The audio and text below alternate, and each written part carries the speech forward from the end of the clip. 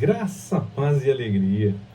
Eu gostaria de fazer uma leitura da Bíblia e comentar algumas coisas a respeito de um fenômeno que acomete há muito tempo o cristianismo e que mais atrapalha que ajuda, na verdade. E mesmo assim, as pessoas seguem achando que essa pode ser uma boa solução. Eu quero chamar a atenção para um texto específico, mas durante esta mensagem vou citar alguns outros textos mais conhecidos, ainda que não cite necessariamente o endereço desses outros textos, mas eles são mais conhecidos.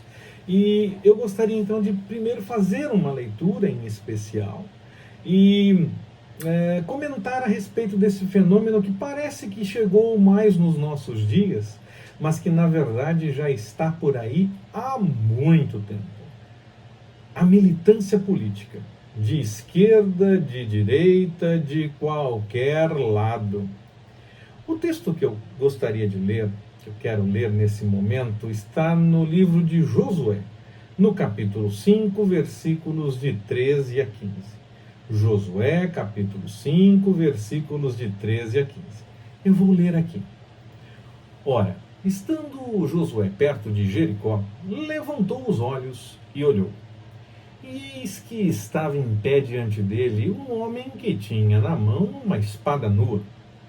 Chegou-se Josué a ele e perguntou-lhe: És tu por nós ou pelos nossos adversários? Perguntou como que: de que lado você está? Você escolheu esse ou aquele?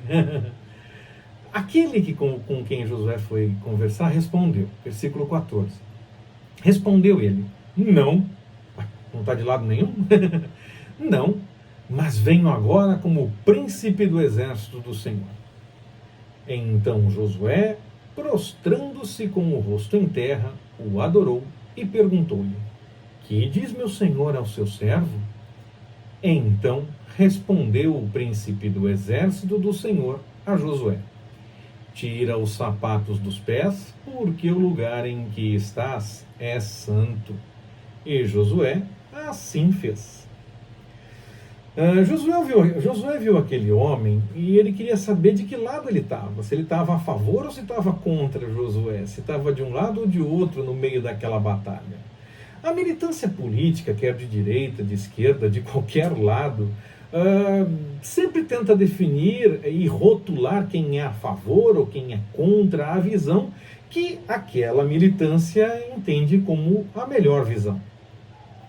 A resposta daquele homem foi um estrondoso não. Eu não estou nem do lado nem do outro.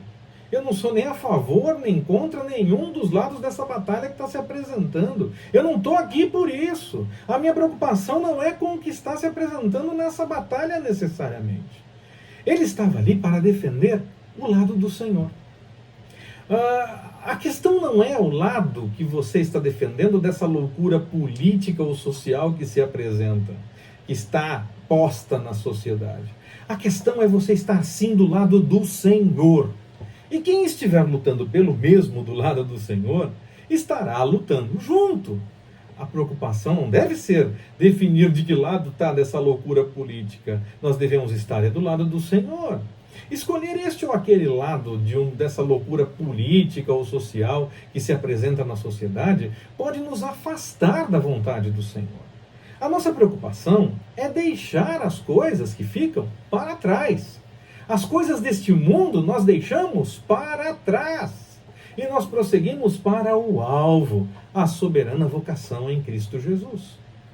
As pessoas parecem que querem misturar tudo o que é assunto da sociedade com a visão do cristianismo em si e fazer parecer que é mais ou que é menos espiritual por estar de um lado, de certo lado de uma visão política ou de uma visão social, e tenta então atrelar isso ao pensamento cristão, ao pensamento da Bíblia, e tentar fazer parecer o que é mais espiritual ou o que é menos espiritual nessa loucura toda.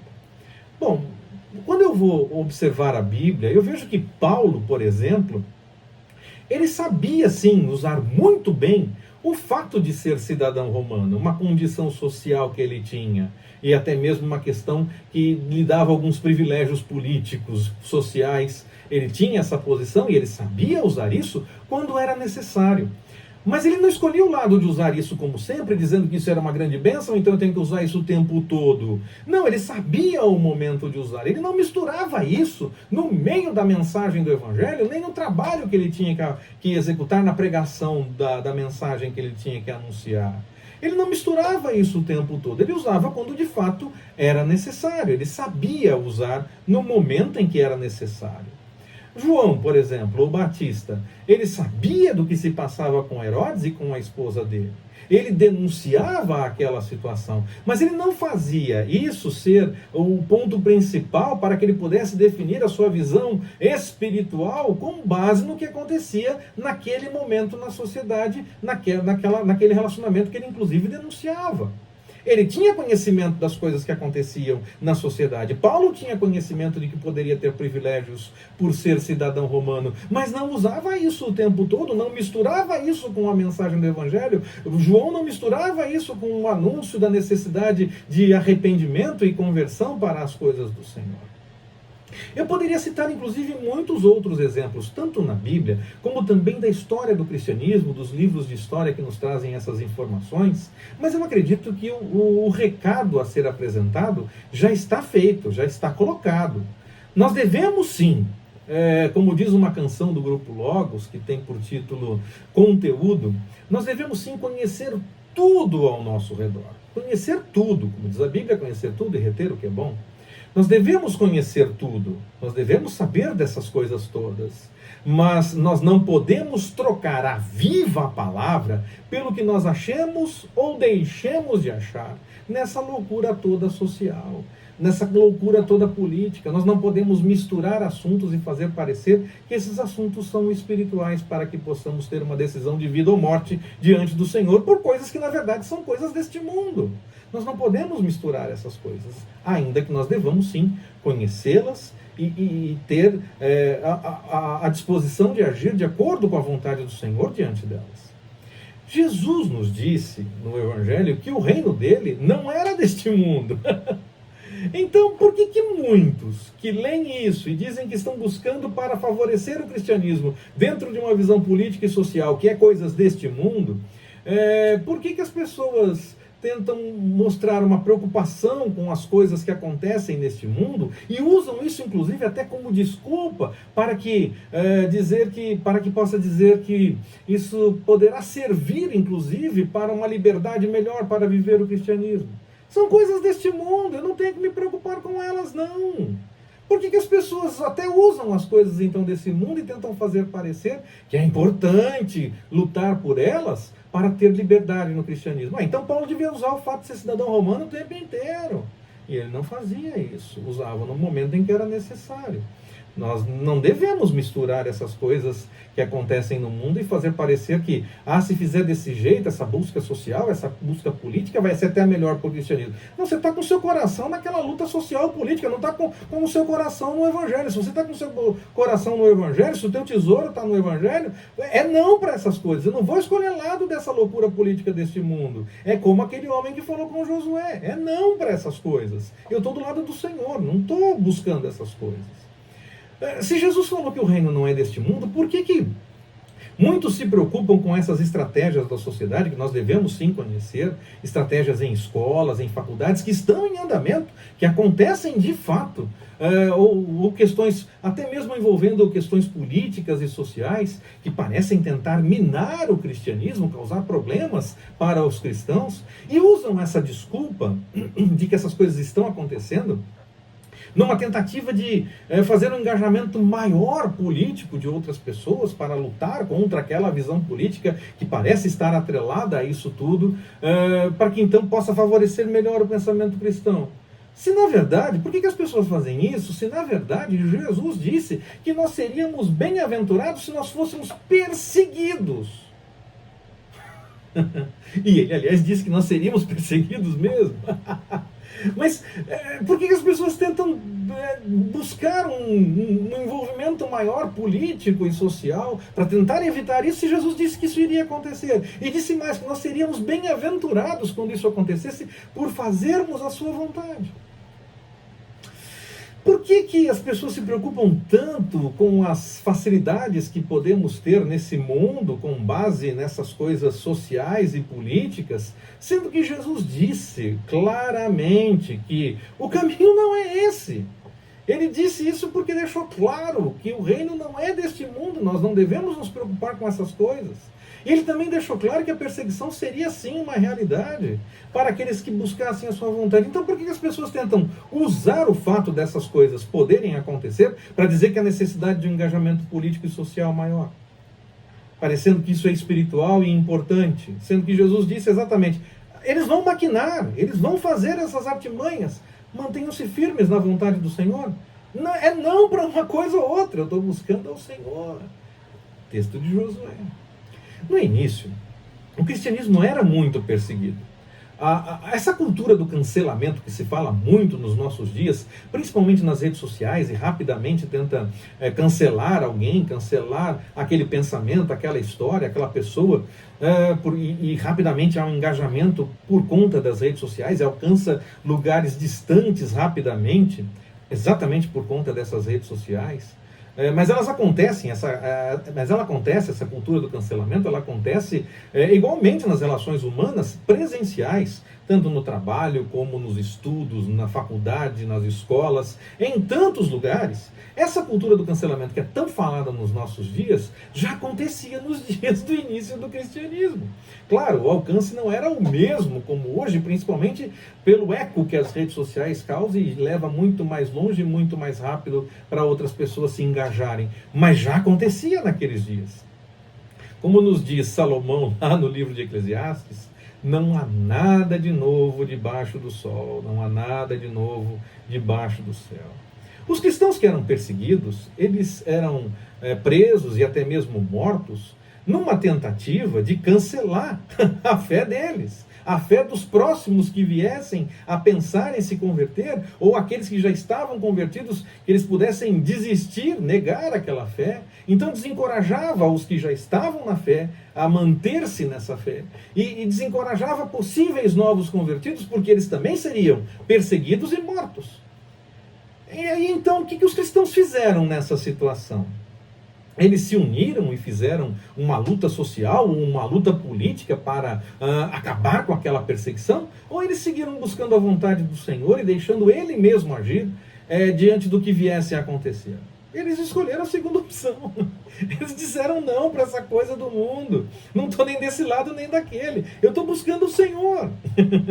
Eles escolheram a segunda opção, continuar buscando a vontade do Senhor, e estavam prontos para o que tivesse que acontecer diante daquilo tudo. A perseguição, ela não é obrigatória, mandatória. Ela tem que acontecer, senão você não está dando testemunho do Evangelho. Não, isso não é necessário que aconteça, não é necessário que seja desse jeito, não é obrigatório nem mandatório. Alguns cristãos, dizem nos livros de história do cristianismo, até tentavam forçar a barra para uma prisão e até mesmo a morte, numa tentativa de dizer que estavam sendo dignos de sofrerem afronta por conta do nome de Cristo e que estavam dando testemunho com a própria vida de que seguiam o Evangelho. Esses eram criticados, inclusive, nos seus dias mesmo. Os livros de história trazem alguns relatos nesse sentido. A ideia não era você forçar a barra para a perseguição, mas era estar pronto para o caso dela acontecer. Você segue fazendo a obra, você está buscando o Senhor. É não para as coisas desse mundo. Eu estou buscando o Senhor. Estou como aquele homem lá de Josué. É não para um lado ou para o outro. Eu estou buscando as coisas do Senhor, buscando aquilo que é do Senhor realmente. E aí o que o Senhor permitir que aconteça, quer seja eu continuar fazendo a obra, quer seja eu ser perseguido, preso e morto, eu vou fazer porque o Senhor encaminhou, porque o Senhor permitiu. Eles podem até maquinar, podem até tentar, podem até ter planos e outras tantas artimanhas. Mas as coisas só vão acontecer se o Senhor permitir, e aquilo que o Senhor permite tem um fim proveitoso. Aquilo que o Senhor quiser que daquela história esteja sendo levantado vai acontecer. Quando os cristãos eram mortos, em vez de desencorajar, diziam que o sangue dos cristãos parecia adubo que fazia florescer novos cristãos. Era para que desistissem do cristianismo e, na verdade, aumentava o número daqueles que buscavam a fé cristã. Mesmo na Bíblia, falando dessa questão de não ser obrigatório ou mandatório que haja perseguição, nós vemos que Paulo, por exemplo, num primeiro momento, logo depois da sua conversão, ele já está começando a ser perseguido, já querem prender Paulo, talvez matar e essa coisa toda, já estavam começando a perseguir Paulo, e naquele primeiro momento ele foge daquela situação, ele é descido pelo muro da cidade, não sai pelo caminho normal, sai por uma forma diferente, descido numa cestinha com corda pelo muro da cidade para tentar fugir daquela situação. Então ele não se entregou simplesmente à perseguição e nem foi de peito aberto naquele momento para aceitar a perseguição que já se apresentava. Mas também o livro de Atos dos Apóstolos nos revela que chegou um momento em que Paulo entendeu que deveria sim ir de peito aberto para aquela situação, quando ele entendeu que deveria ir até Roma. E ele entendeu que o melhor caminho era ir para Jerusalém e acabar sendo preso se fosse necessário, e aí de certa forma ele contaria com o apoio dos romanos, por ser cidadão romano, para que pudesse chegar até Roma. Ele teria como criar toda aquela situação. Ele próprio apelou para César e tudo mais. O texto diz que se ele não tivesse apelado ele seria solto, mas se ele fosse solto, havia judeus que tinham até feito um pacto de não comer, não beber, até que Paulo fosse morto. Então, se ele não estivesse preso com os romanos, ele poderia ter mais, não quer dizer que teria, ele poderia ter mais problemas para chegar até Roma. Da forma como estava, ele apelou para César e foi com relativa segurança. Uma série de situações aconteceram no caminho, mas pelo menos não estava mais tão facilmente podendo ser atingido pelos judeus que estavam tentando já matá-lo, prendê-lo e matá-lo. De certa forma ele conseguiu, com aquela prisão romana, chegar ao objetivo que ele entendia que era a prioridade dele, que era ir até Roma. Então a perseguição não é obrigatória e não se deve necessariamente desejar por ela e querer que ela aconteça de qualquer jeito e achar que esse é o único jeito de dar testemunho. Não. Mas nós precisamos sim entender o que o Espírito Santo nos revela, se nós devemos fugir disso ou se devemos deixar acontecer. O que quer que seja, se nós não estivermos presos, se estivermos soltos, estaremos pregando e testemunhando. E se nós estivermos presos e formos até para a morte, que também seja para dar testemunho daquilo que o Senhor tem como plano. Nós precisamos discernir o que o Espírito Santo tem para nós. A missão é a mesma. Nós não estamos procurando isso ou aquilo, este ou aquele, este lado ou aquele outro lado. Nós estamos buscando o Senhor. É não para essas coisas, como disse aquele homem para Josué. Nós dizemos não para as coisas deste mundo. Nós estamos buscando as coisas do Senhor, qualquer que seja o encaminhamento que deva ser dado diante das circunstâncias. A perseguição aos cristãos ela começa a acabar quando Constantino, um imperador romano do IV século, se diz cristão e define o cristianismo como religião oficial do império. Eu digo aqui que se diz cristão não por julgamento, mas por observar os eventos da história, por observar os frutos que ele apresentou. Eu não sei se depois, no momento derradeiro, ele se acertou com o Senhor. Então eu não posso julgar aquilo que seja a eternidade dele. Isso é com a diretoria, é com Deus. Mas eu posso olhar o que a história nos revela da forma como ele agiu diante de todas as coisas. E como ele agiu? Ele se dizia cristão, mas na verdade continuou sendo o chefe das outras religiões pagãs do império. Ele continuou participando das atividades rituais dessas outras religiões e tudo mais. Então não era bem sim, sim ou não, não nesse caso, não é verdade? Era um ato que naquele momento, como eu disse, eu não sei se depois ele se acertou com o Senhor, não tenho como entrar na mente dele. O Senhor conheceu o coração de Constantino quando ele teve a busca final e tudo mais, então eu não sei o que acontece desse momento em diante, mas sei o que aconteceu durante a sua história. Durante a sua história, aquele movimento dele a favor do cristianismo era apenas um movimento político, era basicamente para ele ser líder de mais uma religião do império, porque ele continuou sendo o chefe das outras religiões e também, claro, do cristianismo. Depois dessa definição do cristianismo como religião oficial do império, Acontecem alguns concílios, já ainda no tempo de Constantino acontecem alguns concílios, e eles continuaram acontecendo ao longo dos anos. Vários outros concílios aconteceram, mesmo depois de Constantino e tantos outros, e a história continua acontecendo. Por exemplo, há um concílio, a Igreja Católica manteve essa estrutura, e teve um concílio na época da Reforma Protestante, o Concílio de Trento. O último concílio que a Igreja Católica fez foi o Vaticano II. Então, os eventos continuaram acontecendo, como começou naquele momento com Constantino, principalmente dentro da Igreja Católica.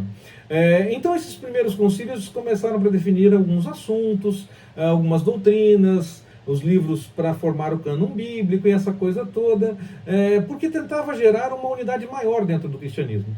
Porque exatamente nesse cristianismo nascente já havia divisões de pensamento, já havia visões diferentes para alguns assuntos. Um desses assuntos que foi combatido não só no primeiro concílio, também foi combatido em outros, porque tentava ainda continuar, tentava ainda voltar à discussão, e foi combatido mais uma vez. É uma doutrina que era defendida por uma pessoa chamada Ário. A doutrina ficou conhecida como o arianismo. Então você pode, com esse nome, arianismo, você pode pesquisar e buscar mais detalhes a respeito dessa doutrina. Mas eu vou fazer aqui um resumo bem simples a respeito desse pensamento. Essa teoria defendia que só o Pai seria eterno, que até mesmo o Verbo teria sido criado e teria sido então a primeira criatura, o primeiro a ser criado. Aí então como é que harmoniza com o texto de João, que diz que nada do que foi feito se fez sem ele? A partir daí todas as outras coisas teriam sido feitas junto com o Verbo. Então, mas o Verbo, só o Pai seria eterno, e o Verbo seria também criado em algum momento antes das outras coisas que foram criadas. Esse seria o resumo, o suprassumo da ideia de Ário. É uma explicação muito simples desse pensamento, em que você então pode pesquisar e buscar mais informações a respeito do arianismo, mas você vai ver que o cerne desse pensamento era exatamente essa questão. Eu pessoalmente não concordo com essa ideia. E Constantino também não concordava. E nesses primeiros concílios, até mais de um realmente, esse assunto apareceu, e os defensores dessa ideia do arianismo, eles passaram a ser perseguidos. Claro, a perseguição era diferente de prisões e mortes e essa coisa. Mas havia também um tipo de perseguição, podia chegar até coisas mais extremas, mas já não era tão radical como no início a perseguição a todos os cristãos, só por se dizerem cristãos. Como a visão que ficou definida como correta a partir dos concílios era contra a ideia do arianismo, aqueles que pensavam a favor do arianismo passaram a ser perseguidos.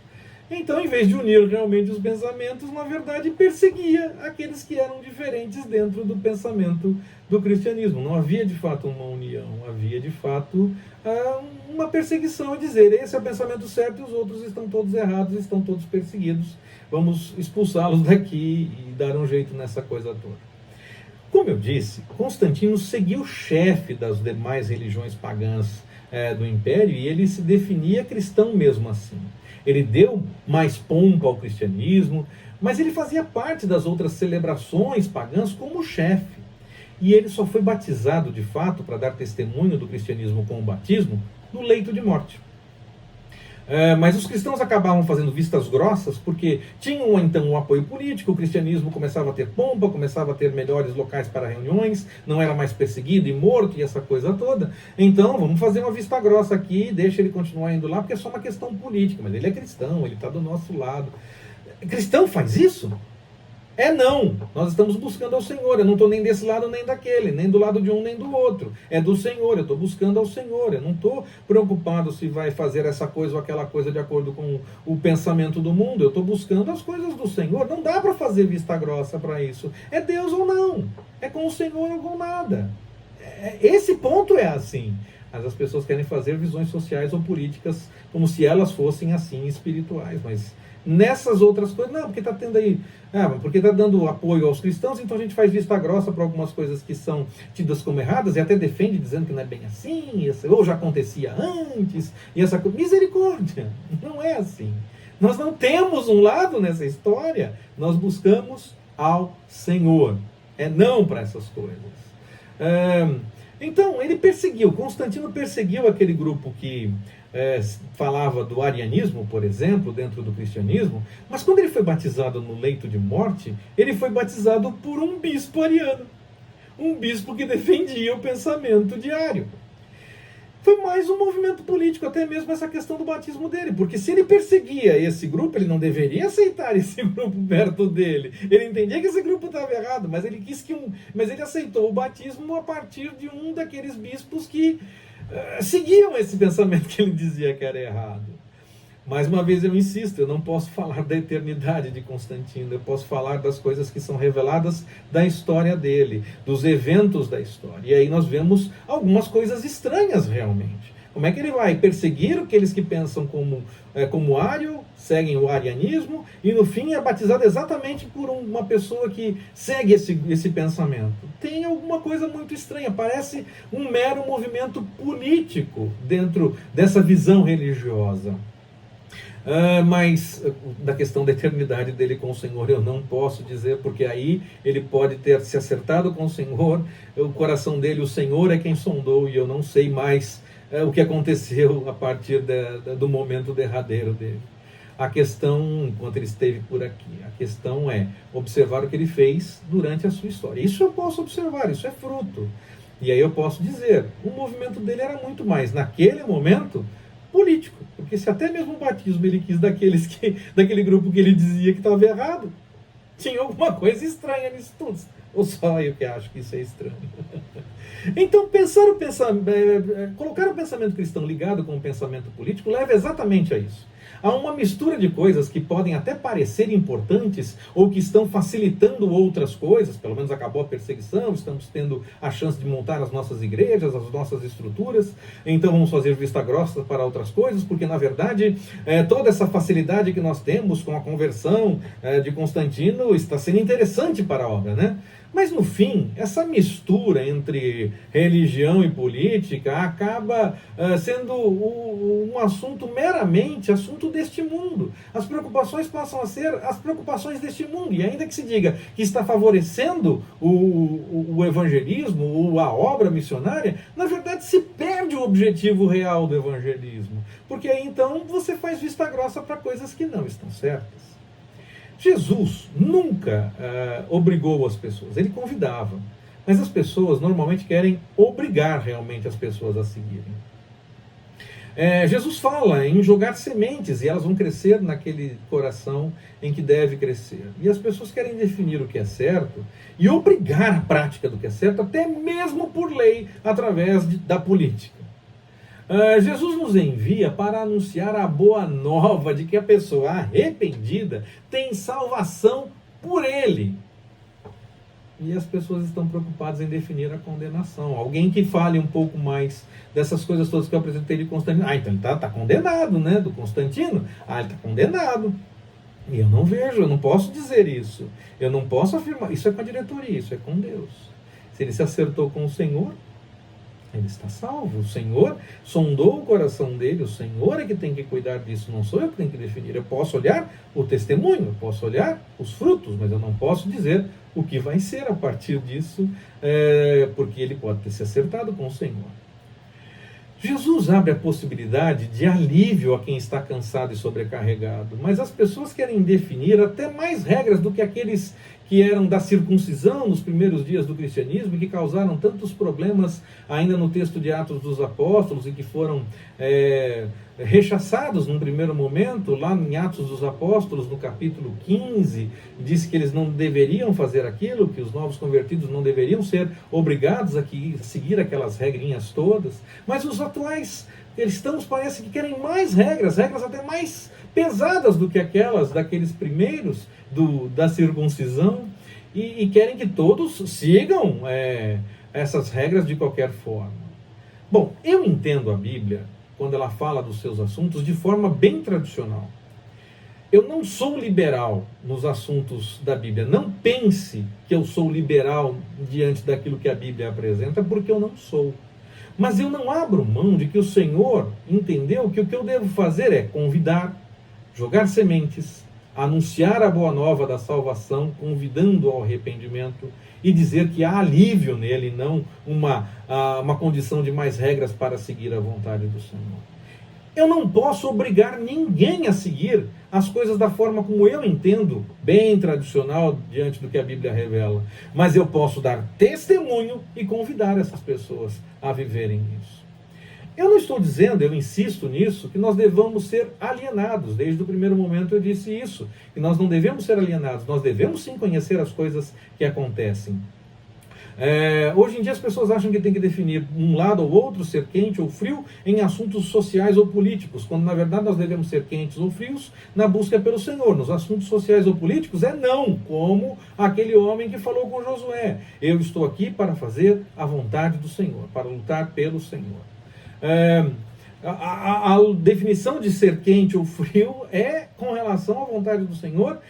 Mas aí alguns tentam transformar essas visões políticas em questões espirituais para parecer que isso está buscando a vontade do Senhor, e no fim, muitas vezes está se afastando da vontade do Senhor. Nós não podemos obrigar as outras pessoas por lei a seguir aquilo que nós entendemos. Nós devemos convidar. Mas nós devemos, pessoalmente, fazer, ou alguns decidem não fazer, a vontade do Senhor. É questão pessoal, nós devemos fazer e dar testemunho.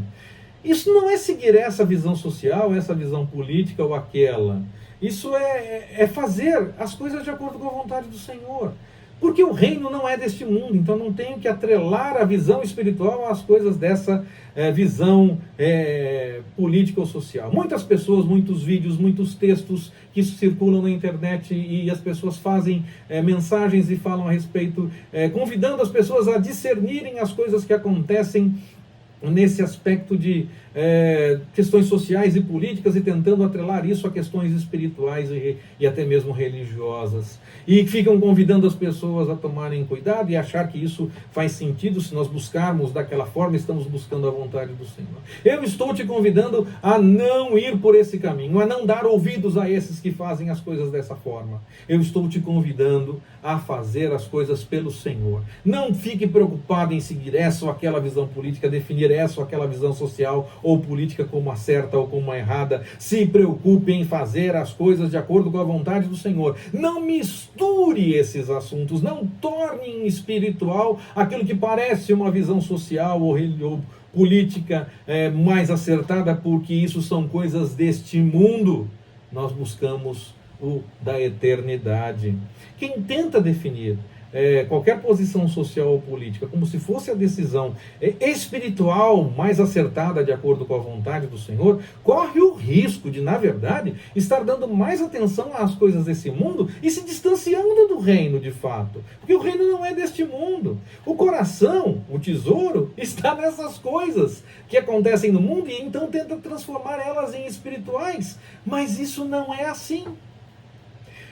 Como disse lá o texto de Josué, que eu li lá no começo: eu não estou aqui por esse ou por aquele, por essa pessoa, não estou aqui por esse ou por aquele pensamento político ou social, eu estou aqui pelo Senhor.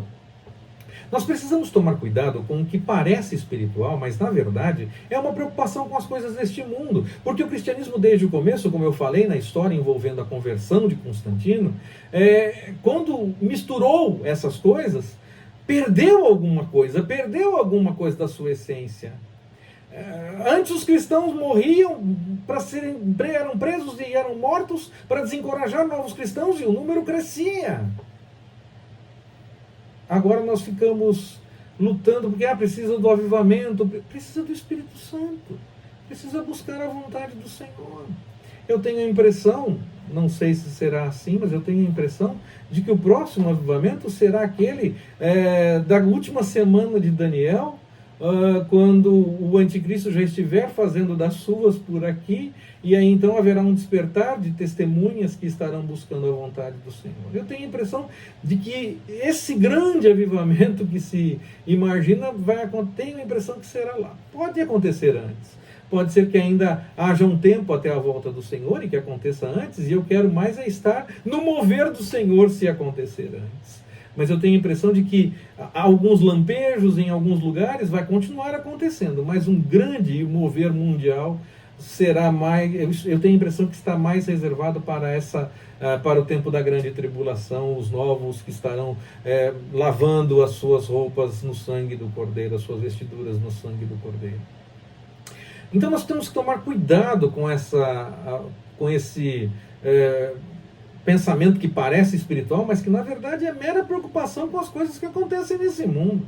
Nós devemos sim saber de tudo, conhecer todas as coisas, todas as artimanhas que tentam contra nós, nas escolas, nas faculdades, no trabalho, onde quer que seja, como foi com Daniel. Ele sabia das artimanhas que estavam armando contra ele, e aquilo tudo poderia levá-lo até a cova dos leões. Ele sabia do que estava acontecendo, do mover que estava acontecendo, ele sabia da lei, ele sabia do que estava acontecendo ao seu redor. Nós devemos sim saber e reconhecer as coisas que estão se desenvolvendo na sociedade, nas escolas, nas faculdades, onde quer que seja. Mas nós temos que ter consciência que a nossa luta não é contra a carne ou contra o sangue. As nossas armas são espirituais e são poderosas em Deus para destruir as fortalezas. Elas são poderosas para fazer parecer nada aquilo que parece ter muita força nesse mundo. Não é com as armas deste mundo que nós devemos lutar para vencer. Se nós lutarmos com as armas deste mundo, pode até parecer que nós estamos ganhando por algum momento, mas no fim teremos uma derrota gigantesca, porque não estamos buscando a vontade do Senhor de fato. Nós estamos longe dela. Nós temos que parar de buscar e lutar com as armas deste mundo, e lutar com as armas que o Senhor e que a Bíblia nos revelam, que são as nossas armas. Nós podemos conhecer e reconhecer todas essas artimanhas, mas nós não devemos lutar com essas armas que eles lutam contra nós nas questões políticas e sociais. Nós devemos seguir o exemplo de Daniel. Nós sabemos das coisas que estão acontecendo, eu citei Daniel há pouco, então eu vou insistir nele. Nós devemos seguir o exemplo dele. Nós sabemos do que estão maquinando politicamente, socialmente contra nós, e então sabemos das coisas que acontecem na faculdade, nas escolas, ou no trabalho, ou onde quer que seja, no mover político ou tudo mais. Nós sabemos dessas coisas. Mas o que nós fazemos? Nós fazemos como Daniel. Nós vamos orar. Essa é a nossa posição. Mesmo que isso nos leve para a perseguição, mesmo que leve para a cova dos leões, mesmo que nós devamos ser salvos, não da cova dos leões. Muitos querem ser salvos da cova dos leões. Esses que lutam com questões sociais e políticas, dizendo que elas são espirituais, querem ser salvos da cova dos leões. O Senhor pode não te salvar da cova dos leões, mas salvar você lá dentro. Ele pode não impedir que você entre na fornalha, mas pode te salvar de dentro da fornalha de fogo ardente. Ou pode acontecer sim, como aconteceu com os primeiros cristãos, de você ser preso e morto. Mas neste caso, se você estiver buscando a vontade do Senhor, você estará dando testemunho que o Senhor está fazendo a obra, que é Ele quem está no controle, e o seu testemunho terá um fim proveitoso para glorificar ao Senhor, para chamar outras pessoas ao arrependimento e à busca da vontade do Senhor. Se nós estivermos buscando a vontade do Senhor, mesmo que nós estejamos mortos dentro da fornalha de fogo ardente, mesmo que nós sejamos mortos dentro da cova dos leões, nós seremos bem-aventurados. Aleluia. Nós seremos bem-aventurados, mesmo que chegue a esse ponto. Nós não lutamos contra isso, nós não buscamos isso, mas estamos prontos para fazer aquilo que é a vontade do Senhor, para dar testemunho. Porque as pessoas podem maquinar o plano que for, mas se nós estivermos buscando a vontade do Senhor, as coisas só vão acontecer se Ele permitir. É Ele que é soberano, é Ele quem está no controle de todas as coisas, e não aqueles que maquinam as coisas, que podem até causar algum tipo de problema nos nossos dias. Alguns dizem que nós precisamos nos engajar politicamente agora para que não haja proibições futuras ou problemas em se viver o cristianismo. Eu lamento. Jesus disse que a perseguição poderia vir sim. Ele não mandou lutar com armas políticas deste mundo ou armas sociais contra essa perseguição que o mundo possa nos fazer. Mas Ele mandou que nós permaneçamos firmes na vontade do Senhor. Não para essas coisas. Eu estou aqui pelo Senhor. E mesmo que matassem o corpo, Jesus disse isso, que mesmo que matassem o corpo, nós não deveríamos temer a esses. Nós devemos continuar buscando a vontade do Senhor, porque mesmo que matem o nosso corpo, nós estamos com Ele. Vamos temer essas coisas e tentar lutar politicamente ou socialmente para ir contra? Se o Senhor quiser fazer a obra nesse sentido e nessa direção, as coisas vão acontecer. Não será por conta das maquinações que as pessoas criam ou fazem. Será porque o Senhor permitiu, porque é Ele que é soberano. Então, neste tempo em que as questões políticas estão tão em evidência, que as questões sociais estão tão em evidência, e que as pessoas tentam misturar visões políticas e sociais como se elas fossem questões espirituais, tome cuidado. Não misture o reino de Deus com as coisas deste mundo. Saiba o que se passa ao seu redor, das artimanhas, das estratégias, das lutas, mas enfrentemos essas coisas da forma como a Bíblia recomenda, com o joelho no chão, e não buscando as mesmas estratégias políticas e sociais que estão maquinando. Nós buscamos no Senhor, porque mesmo que alguma coisa aconteça, vai acontecer porque o Senhor permitiu para um fim proveitoso. Nós não lutamos contra as coisas que estão acontecendo, nós lutamos a favor do Senhor. Se o Senhor nos livrar, aleluia!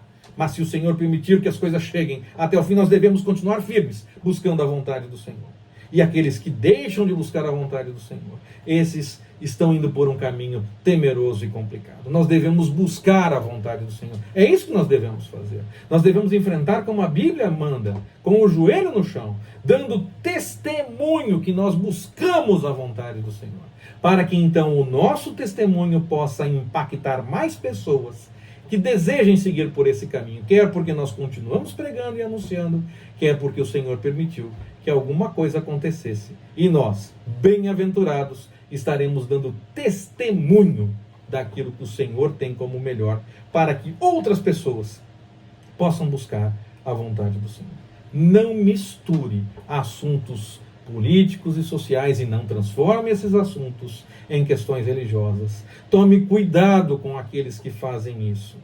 É não para essas coisas. Não é esta visão, não é este pensamento, não é deste lado, nem daquele das coisas deste mundo.